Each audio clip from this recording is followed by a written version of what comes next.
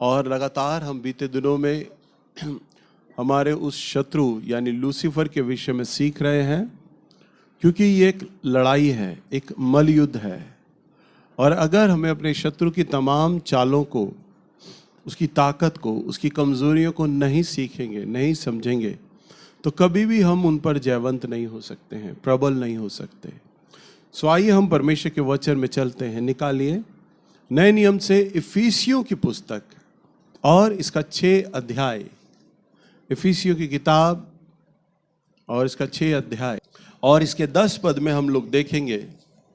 इसीलिए प्रभु में और उसकी शक्ति के प्रभाव में बलवंत बनो, परमेश्वर के सारे हथियार बांध लो कि तुम शैतान की युक्तियों के सामने खड़े रह सको। हाँ, सुने ध्यान से। वचन कहता है परमेश्वर के सारे हथियार बांध लो कि तुम शैतान की युक्तियों के सामने, उसकी चालों के सामने खड़े रह सको। सो हम सीख रहे हैं। और 12वां पद, क्योंकि हमारा ये मल युद्ध लहू और मांस से नहीं, परंतु प्रधानों से और अधिकारियों से और इस संसार के अंधकार के हाकिमों से और उस दुष्टता की आत्मिक सेनाओं से है जो आकाश में है। और इसीलिए परमेश्वर के सारे हथियार बांध लो कि तुम बुरे दिन में सामना कर सको और सब कुछ पूरा करके स्थिर रह सको। जब दो सेनाएं आपस में लड़ाई करती है तो वह हर प्रकार के हथियार को लेकर जाती हैं। उदाहरण के तौर पर अगर हमारी भारत की लड़ाई पाकिस्तान से या चीन से, किसी भी देश से होगी, तो हमारा जो देश है वो अपने उस शत्रु देश की तमाम जानकारी को हासिल करेगा कि उनके पास क्या क्या रणनीतियां हैं, क्या युक्तियां हैं, क्या योजना बना रहे हैं, किस प्रकार के उनके पास हथियार हैं, और हथियार हैं तो कितने घातक हैं और कितनी संख्या के वो हथियार हैं, उनकी सेना क्या है। तमाम उन बातों की जानकारी युद्ध करने से पहले रखी जाती है। ऐसे ही परमेश्वर का वचन बता रहा है हमारा ये मल युद्ध लहू और मांस से नहीं है। हमारा ये मल युद्ध लहू और मांस से नहीं है। यानी लहू और मांस यानी हमारे अपने लोगों से ही हमारा मल युद्ध नहीं है, परंतु हमारा ये युद्ध है प्रधानों से, अधिकारियों से और इस संसार के अंधकार के उन हाकिमों से है और उस दुष्ट की तमाम आत्मिक सेना से है। यानी शैतान ने हमारे ऊपर अधिकारी ठहराए हैं, प्रधान ठहराए हैं और हाकिम ठहराए हुए हैं उसने, और उसकी पूरी सेना से है। सो हमारा जो शत्रु है वो कौन है? शैतान। और वचन कहता है हमारा ये मल युद्ध, हमारी ये लड़ाई। सो जब आप इस पृथ्वी पर जब जन्म लेते हैं ना, तब आप एक अज्ञात लड़ाई में प्रवेश कर चुके हैं। और वो एक ऐसी लड़ाई है, आप लड़ो या ना लड़ो, पर वो मल युद्ध, वो लड़ाई तो जारी हो चुकी है। अगर आप अपने शत्रु की तमाम जानकारी को हासिल करेंगे, जानेंगे, तब आप इस मल युद्ध में, इस लड़ाई में जयवंत होगे, जीत जाओगे। अगर आप अज्ञान रहोगे, अपने शत्रु के बारे में जानकारी हासिल नहीं करोगे, तो लगातार उसकी हर एक छोटी सी चाल से, उसके हर एक छोटे से हथियार से आप घायल हो जाओगे, मर मिटोगे। आप नाश नाश नाश और नाश होते चले जाओगे, बर्बाद होते चले जाओगे। सो आपको चाहिए कि आप इस बात की जानकारी को हासिल करें। अभी थोड़े दिन पहले मुझे मेरे YouTube चैनल पर एक पादरी ने मैसेज किया, भैया आपके सारे वचन बड़े अच्छे हैं पर लूसीफर का वचन अच्छा नहीं है। मैंने पूछा क्यों? कह रहा है क्योंकि आप इसमें शैतान के बारे में जानकारी दे रहे हैं। मुझे सुनकर इतना अचंभा लगा, अगर शत्रु के बारे में हम जानकारी नहीं देंगे तो कलीसिया कैसे जानेगी हमारा शत्रु कौन है, हमारा शत्रु किस प्रकार की चालें चलता है, किस प्रकार की लड़ाई लड़ता है। मेरा काम शैतान की आराधना करना नहीं है, मेरा काम शैतान के कामों को गुणगान करना नहीं है, पर मेरा जो वचन है, मेरा जो काम है, वो शैतान की उन कमियों को बताना है, ताकि कलीसिया इस बात को सीखे, जाने कि हमारा जो शत्रु है हमें उसे कैसे पराजित करना है। हालेलुया। सो प्रभु ने अपने वचन में सिखाया। देखो पौलुस भी तो सिखा रहा है उस शैतान के बारे में। यहां पर वो बड़ाई नहीं कर रहा है, परंतु वो लिख रहा है कि यहां पर तुम उसके सारे हथियार बांध लो कि बुरे दिनों में तुम स्थिर रह सको। 14 पद में क्या लिखा है? इसीलिए सत्य से अपनी कमर कस कर। हाँ, अब ध्यान से देखो, पुराने समय में जो सोल्जर्स होते थे, जो सैनिक होते थे, कई बार आप जब फिल्में देखते हैं तो आप पुराने जमाने में राजाओं की फिल्मों को जब देखते हैं तब उसमें राजा को या जब सैनिकों को जब आप ड्रेस में देखते तो क्या देखते थे, किस तरह की उनका ड्रेस होता था? एक लोहे का टोप होता था, उस टोप के साथ एक जंजीरें लटकती हुई आती थी जो उनके कान को और उनकी गर्दन को बचा कर रखती थी, उन्हें झीलम कहते थे। फिर सामने से पूरा एक रबड़ का मोटा बेल्ट, चमड़े का, पूरा छाती और कमर को उनके घेर के रखता था ताकि कोई भी धार, कोई भी तेज तीर या तलवार का प्रभाव उस पर ना हो। एक चौड़ा बेल्ट से वो बांध कर रखते थे, मोटे मोटे जूते पहनते थे, तलवार एक हाथ में होती थी और एक हाथ में ढाल होता था। यहां पर अगर हम देखें, पौलुस ने हूबहू एक सोल्जर का चित्र हमारे सामने रख दिया है। जैसे सोल्जर का अस्त्र शस्त्र होते, उसके हथियार होते, हूबहू उसने वो सारी चीजों को हमारे सामने रखा है। देखो लिखता है वो 14 पद में, सो सत्य से अपनी कमर कस कर। सत्य से अपनी। अब देखो, अब ये जो मेरा बेल्ट है ना, जितने भी भाई लोग हैं अपना, अगर बेल्ट देखोगे तो हमारा बेल्ट लूज होता है, बस पैंट को टिकाने पे होता है, पैंट टिक जाए। भाई की तो कमर भी पतली पतली होती है, तो भी पता नहीं क्यों खामा खा बेल्ट बांध देते हैं। वो इसलिए क्योंकि शो, लुक आए, जीन पर, पैंट पर एक लुक आता है ना, फैशन है भाई, बेल्ट दिखाई देता है। पर पुलिस वाले, सैनिक, आर्मी वाले, उनका बेल्ट लुक के लिए नहीं होता है, उनकी कमर को कसके रखने के लिए होता है। उनका बेल्ट 4 इंची चौड़ा होता है। पुलिस वालों का बेल्ट देखा है ना, आर्मी वालों का बेल्ट 4 इंची चौड़ा होता है। हमारा बेल्ट तो 1 इंच या 1.5 इंच या 1.25 इंच चौड़ा होगा, बस इतना सा। उनका बेल्ट 4 इंची, और वो पूरा टाइट कसके बांधते हैं, पेट को भींच लेते हैं तब बांधते हैं। और उनकी परेड के अंदर जो उनका ऑफिसर होता है ना, वो बेल्ट पे उंगली डालता है, यूं करके चेक करता है कि बेल्ट लूज है या टाइट है। वो चेक करता है, अगर उसका उंगली बेल्ट में चला गया, कमर में सामने ऑफिसर का उंगली चला गया, यूं करके चला गया ना, जैसे मेरा देखो जा रहा है, वो चला गया, तो उसी समय उसको बोलेगा तुम 10 ग्राउंड के चक्कर काटो। यानी उंगली जाना नहीं चाहिए, टाइट होना चाहिए। और लिखा है सत्य से अपनी कमर कसकर।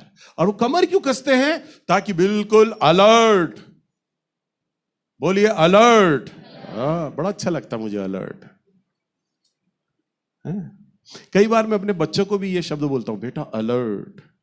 एक बार मैं टीवी का प्रोग्राम देख रहा और अचानक परी के हाथ से पानी का गिलास गिरा। गिलास को गिरते हुए देखा और मेरे पैर सामने थे। एकदम से मैंने बड़ी स्पीड से पैर नीचे करे और गिरते हुए गिलास को, कांच के गिलास को मैंने हाथ में हवा में थाम लिया और पकड़ के रख दिया। बच्चे चकरा गए। उन्होंने कहा पापा आपका ध्यान तो टीवी पे था, कांच का गिलास गिरा, कब आपने पैर पीछे करे और कब उसने आपने हवा में पकड़ लिया, गिलास को गिरने नहीं दिया, आपने कैसे किया? मैंने कहा बेटा अलर्ट, तुम अलर्ट रहो। क्या रहो? अलर्ट रहो। अचानक कुछ भी चीज होती है उसे पकड़ सको, संभाल सको, दिमाग से चौकन्ना होना चाहिए, चारों तरफ एक अलर्टनेस होनी चाहिए। हमारा जो शत्रु है कब हम पर हमला करेगा, अलर्ट होना चाहिए। अगर एक सैनिक सोचे अरे कारतूस बाद में भरूंगा, अभी कौन सा आतंकवादी आ रहा है, और बॉर्डर पे थोड़ी देर के लिए ऊँग ले, तो आतंकवादी जो बॉर्डर पर खड़ा है ना, अलर्ट, बोलो अलर्ट, आने के लिए अंदर, वो सैनिक की हल्की सी लापरवाही को देखकर ही अंदर आ जाएगा। पर हमारे जो भारत के जो सैनिक हैं, ठंडी बर्फ और गर्म रेगिस्तान पर 24 घंटे वो टकटकी लगाए बंदूक रख कर यूं निशाने पे ही देखते रहते हैं। वो निशाना लगा के बात नहीं कर रहे होते, और बेटी को कब मिलने जाएगा यार, कब बेटे का ब्याह करेगा, वो ऐसे नहीं करते। उनका तो निशाने पे ही होता, अलर्ट होते, तभी तो हमारे देश की सीमाएं सुरक्षित होती हैं। हालेलुया। वो बिल्कुल जाग रहे होते हैं, अलर्ट होते हैं। शत्रु पता नहीं कब घात लगाए हुए, कब हमला करेगा, उन्हें नहीं मालूम, इसलिए वो अलर्ट रहते हैं, सावधान रहते हैं। आपको भी अलर्ट होना है। सत्य से अपनी कमर कस लो, सत्य से अपनी। आर्मी वालों की बेल्ट को इसलिए टाइट किया जाता है ताकि उनकी कमर ना झुके, यूं करके कमर झुक गई, खड़े खड़े सो जाएंगे, चुभन आएगी उन्हें, अरे चुभ रहा है पेट, कमर चुभ रही है, वो अलर्ट रहेंगे। कुर्सी पे ठीक से बैठ नहीं पाएंगे, कुर्सी पर बैठेंगे तो बिल्कुल ठीक सीधे होके अलर्ट होके बैठेंगे। वो यूं नहीं हो सकता, क्योंकि 4 इंची बेल्ट है, उनका बेल्ट उनके पेट को दबाएगा, चुभन होगी, कमर को ढीला नहीं कर सकते, चुभन होगी, आराम नहीं कर सकते। उन्हें बेल्ट वो सीधा रखने के लिए दी गई है ताकि वो अलर्ट रह सके। हालेलुया। वचन में लिखा है, पौलुस उस बेल्ट को समझाता है, सैनिक की बेल्ट को, कि सत्य से अपनी कमर कस लो। पहला है हमारा हथियार। अच्छा सुनो, पहले के यहां पर हथियार लिखा है, हथियार है उर्दू वर्ड, पर हिंदी का जो वर्ड था पहले इसमें बाइबल में, अस्त्र और शस्त्र। अस्त्र होता है मारने के लिए नहीं, बचाने के लिए, और शस्त्र होता है घातक, मारने के लिए। बेल्ट सैनिक मारेगा नहीं, ये अस्त्र है उसका। और क्या लिखा है आगे? हाँ, धार्मिकता की झिलम। धार्मिकता की क्या है? अब सैनिक के टोप के बाद वो झिलम आ रही है, जो कान को, उसके चेहरे को, उसके गाल को, उसकी गर्दन को बचा रही है, वो धार्मिकता की झिलम है।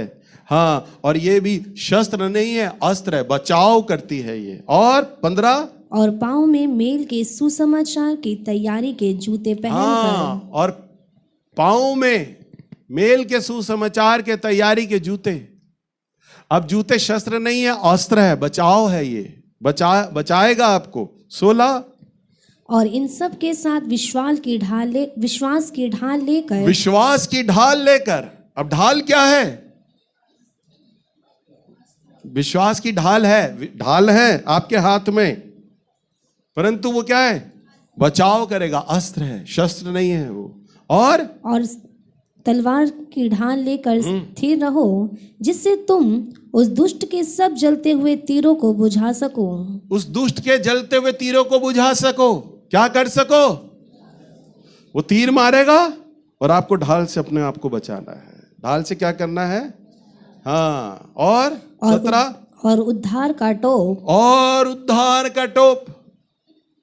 हाँ, टोप पहनना है, ये भी आपका अस्त्र है। हाँ, और आत्मा की तलवार, हाँ, जो परमेश्वर का वचन है, ले लो। हाँ, अब जो आत्मा की तलवार है, जो कि परमेश्वर का वचन है, ले लो। ये क्या है? अस्त्र है, शस्त्र है। शस्त्र, तलवार से ही तो मारोगे। सारी जितने भी चीजें हैं आपकी, उद्धार का टोप, धार्मिकता का झेलम, सत्य का कटिबंध यानी सत्य की बेल्ट, मेल और सुसमाचार की तैयारी के जूते, ये सारी की सारी चीजें आपके अस्त्र हैं, आपके बचाने वाले हैं। परंतु मारने वाला जो प्रभु ने आपको दिया है ना, वो दिया है एक तलवार, और वो भी क्या है? परमेश्वर का वचन। हालेलुया। क्या है? अब परमेश्वर का वचन। अब जो तलवार है, तलवार वाला कितनी दूर तक मारता है बताओ? अब तलवार 2.5 फुट की होगी या 3 फुट की होगी? अब मान लो ये बहन मेरे से दूर है और मेरे हाथ में तलवार है, ये शत्रु है यहां पर, और मुझे इसको मारना है, तो मुझे क्या करना पड़ेगा? 2 कदम आगे जाना पड़ेगा, तभी तो मैं मार पाऊंगा इसको, है ना? परंतु तीर चलाने वाला, वो तो कहीं भी छुप कर मार सकता है, कितनी भी दूरी से मार सकता है, झाड़ियों से मार सकता है, छत के झरोके से मार सकता है, तीर पता भी नहीं चलेगा कहां से आया। और शैतान के पास तीर है, लिखा है उसके जलते हुए तीरों को तुम बुझा सको। हालेलुया। वो छुपकर हमला करता है, आपको सामने से हमला करना है, वो छुपकर हमला करेगा और दूर से हमला करेगा। उसका हमला दिखाई नहीं देता, आपका हमला तो दिखाई भी देगा। आपको पास जाना पड़ जाएगा शत्रु के, पर उससे तो पास भी आने की जरूरत नहीं है, वो तो छुपकर दूर से हमला करेगा। अब मोटा मोटा मैंने अभी आपको बताया है। अब हम आने वाले दिनों में और हफ्तों में इन बातों को गहराइयों से सीखते चलेंगे। और सबसे पहले जो हमारा अस्त्र आ रहा है ना, वो हमारा जो अस्त्र आता है 14 पद में, हम फिर दोबारा जाते हैं। यहां लिखा है, सो सत्य से अपनी कमर कसकर। सत्य से अपनी क्या करना है आपको? सत्य से क्या करना है? सत्य से अपनी कमर कसना, यानी आपको सच्चाई को जानना है। सच्चाई आपको करेगी अलर्ट। कौन करेगा अलर्ट? अलर्ट कौन? सच्चाई करेगी आपको अलर्ट। और सच्चाई क्या है? आपको सच्चाई तो जानना है। उस पादरी साहब ने मुझे ऐसी बात लिखी, वो सोचा मैं नेल्स को जब ये बात लिखूंगा ना, नेल्स शर्मसार हो जाएगा। नेल्स कहेगा, अरे ये पादरी, ये प्रचारक तो कितनी बड़ी बात बोल गया, इतनी गहरी बात बोल गया, मूर्खता की बात। मैं अगर अपनी कलीसिया को सच्चाई नहीं बताऊंगा तो मेरी कलीसिया शत्रु से पराजित हो जाएगी। और मैं नहीं चाहता मेरी वर्ड इन एक्शन की कलीसिया पराजित हो शत्रु से, बल्कि शत्रु को पराजित करने वाली होनी चाहिए। हालेलुया। और हमें क्या जानना है? सत्य। वचन में लिखा है, सत्य से अपनी कमर कस लो। सो आइए हम देखते हैं क्या है सत्य। निकालो यूहन्ना की किताब और इसका 8 अध्याय और इसका 32वां पद। तुम सत्य को जानोगे और सत्य तुम्हें स्वतंत्र करेगा। तुम सत्य को जानोगे और सत्य तुम्हें क्या करेगा? क्या करेगा? स्वतंत्र करेगा। आप सत्य को जानोगे और सत्य आपको क्या करेगा? आजाद करेगा। यहां सत्य से आपको कमर कसना है और सत्य को आपको जानना भी आवश्यक है। अब यहां पर जब सच की बात हो रही है ना, तो अगर हम सिक्के का दूसरा रूप देखें, अगर सच है तो उसका मतलब झूठ भी है, अंधकार है तो ज्योति है, और सच्चाई की अगर हम बात कर रहे हैं तो झूठ है। इसका मतलब अभी आप कहां पर पड़े हो? आप झूठ में पड़े हो, अंधकार में पड़े हो। आपको अंधकार से निकलकर ज्योति में जाना है, आपको झूठ से बाहर निकलकर सच्चाई की ओर जाना है। और जितना आप सच्चाई से रूबरू होते जाएंगे, जितना आप सच को जानते जाएंगे, उतना आप आजाद होते चले जाओगे। हालेलुया। अभी जैसा हमने पढ़ा वचन में, तुम सत्य को जानोगे और सत्य तुम्हें स्वतंत्र करेगा। अब ये जो स्वतंत्र करने का जो ये प्रोसेस है, जो तरीका है, वो एक हफ्ते का नहीं है, कुछ हफ्तों का नहीं है, कुछ महीनों का नहीं है, कुछ सालों का है। जितना जितना आप सच्चाई को जीवन के हर पहलू पर, जहां जहां आप उस सच्चाई को जानते चले जाओगे, वहां वहां आप आजाद होते चले जाओगे। आप उद्धार के विषय में, अपने पाप के विषय में सच्चाई को जानोगे, प्रभु का विल, प्रभु की इच्छा उद्धार के विषय में क्या है, तो आप उद्धार के विषय में जानकारी प्राप्त कर लोगे तो आप पापों से छुटकारा पा जाओगे। अगर आप श्रापों के विषय में परमेश्वर के वचन से सत्यता को जान लोगे तो आप श्रापों से आजादी को प्राप्त कर जाओगे। बीमारियों से, असाध्य रोगों के प्रति आप जकड़े हुए हैं, आपके परिवार के लोग, रिश्तेदार, अब इनके विषय में परमेश्वर के बारे में, वचन के बारे में जान जाओगे तो जिन बीमारियों ने आपको धोखा दिया हुआ है, शैतान ने आपको धोखा दिया हुआ है, आप उन बातों के विषय में आप जान जाएंगे। क्योंकि वचन में लिखा है, 2 कुरिन्थियों की किताब इसका 4 अध्याय और इसके 4 पद में, आज मनुष्य तमाम बीमारियों में, तमाम रुकावटों में तो फंसा है। आप लोग भी तो धन के अभाव में, धन की समस्याओं में फंसे हैं। आपका रोजगार, आपका काम नहीं चलता, ठीक से चलता नहीं है, बनता नहीं है, क्योंकि आपने अभी सच्चाई को नहीं जाना। वचन में क्या लिखा है? 4:4, और उन अविश्वासियों के लिए जिनकी बुद्धि इस संसार के ईश्वर ने अंधी कर दी है। हाँ, इस संसार का ईश्वर कौन है? इस संसार का ईश्वर शैतान। उसने क्या किया? अविश्वासी। अविश्वासी कौन? जो प्रभु पर विश्वास नहीं रखते, जो जानते नहीं, उनकी बुद्धि को इस संसार के ईश्वर ने अंधा कर दिया है, ताकि मसीह जो परमेश्वर का प्रतिरूप है उसके तेजों में सुसमाचार का प्रचार उन पर ना चमके। उनके सुसमाचार का प्रकाश उन पर ना चमके। अविश्वासियों को अंधा कर दिया है।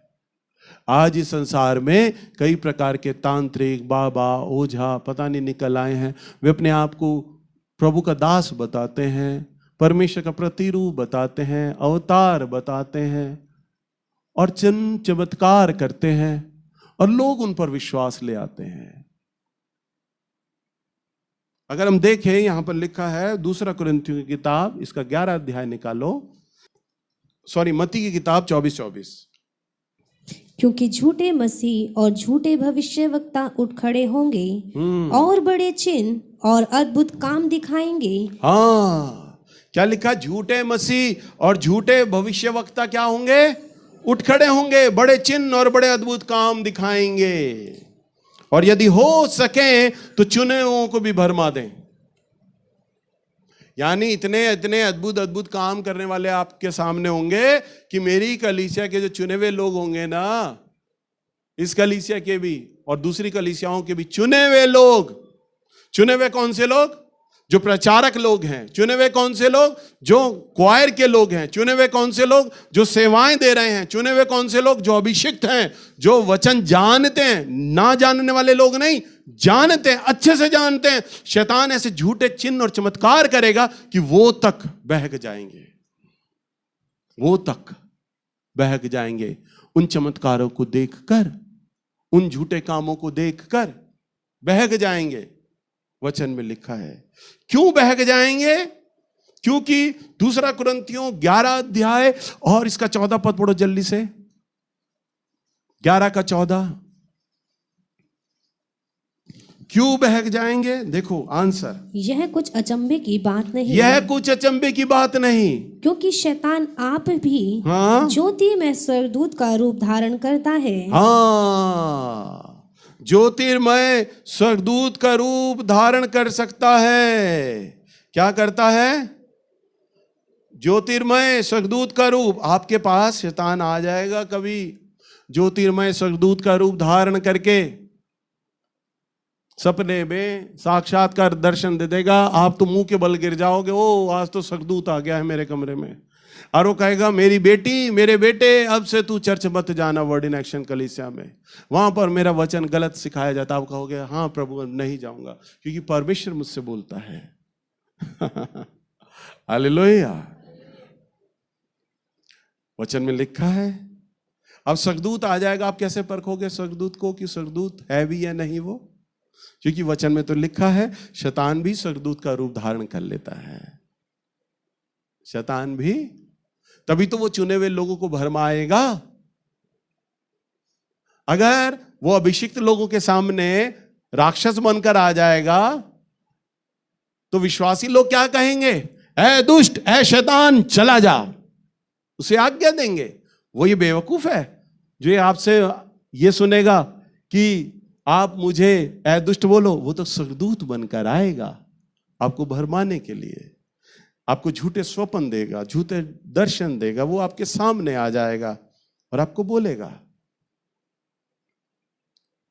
अभी हिमाचल से मेरे बेटे की एक पादरी से बात हो रही थी। उस पादरी को मेरे बेटे ने बोला, शानू ने भविष्यवाणी करी, इस हफ्ते आपकी कलीसिया के बहुत पुराने 2 परिवार टूटने जा रहे हैं। उसने कहा, भैया मेरे कलीसिया में तो बहुत अच्छा चल रहा है, बहुत सब, कोई लड़ाई झगड़ा नहीं है। वो कह रहा है, नहीं, प्रभु का आत्मा बता रहा है 2 परिवार आपके कलीसिया के बहुत पुराने हैं, वो टूटने जा रहे हैं। तो शानू से प्रार्थना कराई, रख दिया। उसकी पत्नी ने बोला, ये झूठा नबी है, हमारी कलीसिया से कोई तोड़फोड़ नहीं होगी, इस हफ्ता कोई विश्वासी नहीं जाएगा। उसकी बीवी भी भविष्यवाणी करती है चर्च में। उसने फोन मिलाया मेरे बेटे को। उसने कहा, मेरी पत्नी ने दर्शन देखा है। वो कह रही है, भैया मुझे कहते हुए अच्छा नहीं लगता। वो कह रही है, परमेश्वर बता रहा है आपने जिससे बात करी वो झूठा नबी है और हमारी कलीसिया से कोई विश्वासी नहीं टूटेगा। मेरे बेटे ने कहा, अगर मैं झूठा नबी हूं तो 1 हफ्ते में आपको पता चल जाएगा। कल हम बैठे हुए थे साथ, अचानक उस पादरी का फोन आया और रोते हुए, और उसने कहा भैया इस हफ्ते मेरे वाकई 2 परिवार टूट गए हैं, 2 परिवार टूट गए। वो रोने लगा। उसने कहा आपकी पत्नी तो कह रही थी मैं झूठा नबी हूं, आप खुद कहते हो मेरी बीवी भविष्यवाणी करती है। किसकी भविष्यवाणी सच गई? उसने कहा आपकी। उसने कहा परमेश्वर का वचन अपनी सच्चाई को प्रकट कर देता है। वचन में साफ लिखा है, यदि मेरा सच्चा भविष्यवक्ता अगर बोलता है और वो बात घटती है, इससे तुम जान लेना कि वो मेरा दास है। और झूठा भविष्यवाणी, झूठा नबी अगर भविष्यवाणी करता है, इससे तुम जान लेना कि वो बात घटेगी नहीं, क्योंकि वो मेरी ओर से नहीं की गई। हालेलुया। झूठे दास, झूठे भविष्यवक्ता के द्वारा बात बोली जाती है। दोनों एक सेम है, दोनों एक जैसे हैं। वो औरत भी वचन जानती है, वो औरत भी विश्वास करती है प्रभु पर, मेरा बेटा भी प्रभु पर विश्वास करता है, परंतु परखोगे कैसे? स्वर्गदूत सामने आ जाएगा तुम्हारे, तुम परखोगे कैसे? हालेलुया। जब तक आपको सच्चाई नहीं मालूम, आप किसी चीज को परख नहीं सकते। परखने के लिए तो आपको सच्चाई का जानना आवश्यक है, तभी तो परख का चश्मा आपको लगेगा। मैं जब छोटा था ना, मैं कई बार अपनी बीवी को एक बात सिखाता हूं, सच्चाई जानी परख आ गई। सब्जियों का उदाहरण क्यों दिया? मेरी मां ने वो सब्जियां सिखाई, सच्चाई जानी तो परख आ गई। यानी जब आप सच्चाई को जितना जानेंगे उतना आप परख में तेज होते चले जाएंगे। समझ पा रहे हैं आप? स्वर्गदूत जब आपके सामने आएगा ना, और जब आप प्रभु का वचन जानते होगे, तो आपको देखते ही पता चल जाएगा ये परमेश्वर का स्वर्गदूत है या शैतान का स्वर्गदूत है। और शैतान का स्वर्गदूत देखते ही आपको पता चलेगा, और प्रभु का होगा तो आप उसके सामने दंडवत कर दोगे, क्योंकि आप प्रभु के वचन को जानते होगे, सच्चाई को जानते होगे, और आपके अंदर परख का आत्मा होगा। हालेलुया। मैं कई बार अपने जो नए मेरे चर्च में लोग आते हैं ना, कई बार मैं उन्हें कहता हूं कि बेटा मेरे चर्च में आप एक बार 1 साल तक आ जाओ अच्छे से, और वचन सुनो ढंग से। 1 साल तक वचन सुनो, और फिर टीवी पे, यूट्यूब पे कोई बाबा का वचन सुनो। तुम्हें दोनों वचनों में है ना फर्क दिखाई देगा, दूर तक, ऊपर का नीचे, नीचे ऊपर। तुम्हें पता चल जाएगा ये जो बाबा है ना, या ये जो मोटिवेशनल स्पीकर है, क्या सिखा रहा है लोगों को। तुम्हें खुद ही परख आएगी। क्यों परख आएगी? क्योंकि तुम्हें प्रभु का वचन पता चल गया है, प्रभु के वचन की जानकारी हो गई है। अब जब किसी सच्चाई की जानकारी हो गई है ना, तो झूठ अपने आप तुम्हें दिखाई दे जाएगा। झूठ अपने आप तुम्हें पता चल जाएगा जब सच्चाई को जानोगे। तो आपको क्या करना है? सत्य से अपनी कमर कसनी है। सत्य से क्या करना है आपको? कमर कसनी है। और सच्चाई क्या है? यह हम परमेश्वर के वचन से सीखते हैं। निकालिए यूहन्ना की किताब 14 अध्याय और इसका 6 पद। यीशु ने उससे कहा, मार्ग और सत्य और जीवन मैं ही हूँ, बिना मेरे द्वारा कोई पिता के पास नहीं पहुंच सकता। बस इस वचन में ही इतना प्रकाशन छिपा है कि कई हफ्ते इस पे बोला जा सकता है। बहुत बड़ी बात प्रभु यीशु मसीह ने कही है। यीशु ने कहा मार्ग, पहला मार्ग, सच्चाई और जीवन मैं ही हूं। क्या बोला प्रभु ने? वर्ड पे गौर करो। मार्ग, सच्चाई और जीवन मैं हूं नहीं। बोलो ना, वचन में क्या लिखा है? मैं ही हूं। मैं ही हूं का मतलब, अब मैं बोलूं इस कलीसिया में प्रचारक मैं ही हूं, तो इसका मतलब क्या हुआ? अकेला मैं ही हूं, मेरे अलावा कोई प्रचारक है ही नहीं, इकलौता प्रचारक हूं भाई मैं। हैं? मैं ही का मतलब सिर्फ को दर्शाता, अकेला मैं ही हूं, मैं ही हूं। हां, अगर मैं बोलता मैं भी प्रचारक हूं और अगर भी लगा दूं तो भी का मतलब इस चर्च में और भी हैं। यानी एक वर्ड आने से भी बहुवचन को दिखाएगा और ही एक वचन को दिखाएगा, सिर्फ अकेला है वो, बस। और प्रभु यीशु मसीह कहते हैं मैं ही हूं। मार्ग इस धरती पर है ही नहीं मेरे बच्चों, मैं ही हूं। हालेलुया। अकेला, अब कई लोग बोलते हैं ना, भैया हम प्रभु को किसी भी रूप में मान रहे हैं, मैं किसी की भावनाओं को ठेस नहीं पहुंचा रहा, परंतु सिखाने का प्रयास कर रहा हूं, सीखो। हम प्रभु को हर एक शक्ल में पहचानते हैं, मानते हैं। जाना तो एक कोई जगह है, एक ही जगह है। प्रभु एक अलग अलग मार्ग क्यों बनाएगा? आप विचार करो, क्यों बनाएगा? क्यों कंफ्यूजन क्रिएट करेगा मेरा परमेश्वर? अब मैं आपको बोलूं, आपको बुराड़ी जाना है। अब कई लोग उदाहरण देते हैं, भैया बुराड़ी जाना है, हम पुष्टे का भी रोड पकड़ सकते हैं, चौकी से भी जा सकते हैं, अंदर गलियों में से भी जा सकते हैं, जाना तो हमें बुराड़ी चौक है। मैं कहता हूं लॉजिक तो तेरा अच्छा है, बुराड़ी तक जाना है, परंतु मेरा परमेश्वर आपको सीधा एक हाईवे नहीं पकड़ाएगा, रिंग रोड नहीं पकड़ाएगा। क्यों आपको गलियों में घुमाएगा? क्योंकि मेरा परमेश्वर तो गड़बड़ी का आत्मा नहीं है। वो ये नहीं बता रहा कि मार्ग मैं हूं, सच्चाई मैं हूं, और बिना मेरे द्वारा, कंडीशन भी अप्लाई। बोतल में पढ़ते हैं ना, दवाई खाते, कंडीशन अप्लाई, शर्तें लागू हैं। यह क्या लिखा है? बिना मेरे द्वारा पिता तक कोई नहीं पहुंच सकता। यह तो प्रभु ने चैलेंज भी कर दिया साथ में बोल के, बिना मेरे द्वारा। अगर परमेश्वर पिता के पास जाना है, उद्धार आपको पाना है, मोक्ष पाना है, पापों की क्षमा पाना है, तो प्रभु यीशु मसीह से बिना मिले आप जा ही नहीं सकते। हालेलुया। हमारे प्रभु यीशु मसीह ने जब क्रूस दी ना, तो प्रभु यीशु मसीह से जो लोग पहले पैदा हुए थे, आदम और हव्वा, पहला फल, पहला आदम और पहला हव्वा प्रभु ने जो बनाई, वहां तक कि जितने भी लोग थे, आदम हव्वा से लेके प्रभु यीशु मसीह के क्रूस प्राण देने तक, जितने भी लोग आए थे, मर गए, कट गए, जल गए, गड़ गए, उनके सारे पाप, और प्रभु यीशु मसीह के बाद जितनी भी जनरेशन आएगी और आ रही है, उन सारे लोगों के अपराध प्रभु यीशु मसीह ने एक ही बार क्रूस पर उठा लिए, एक ही बार।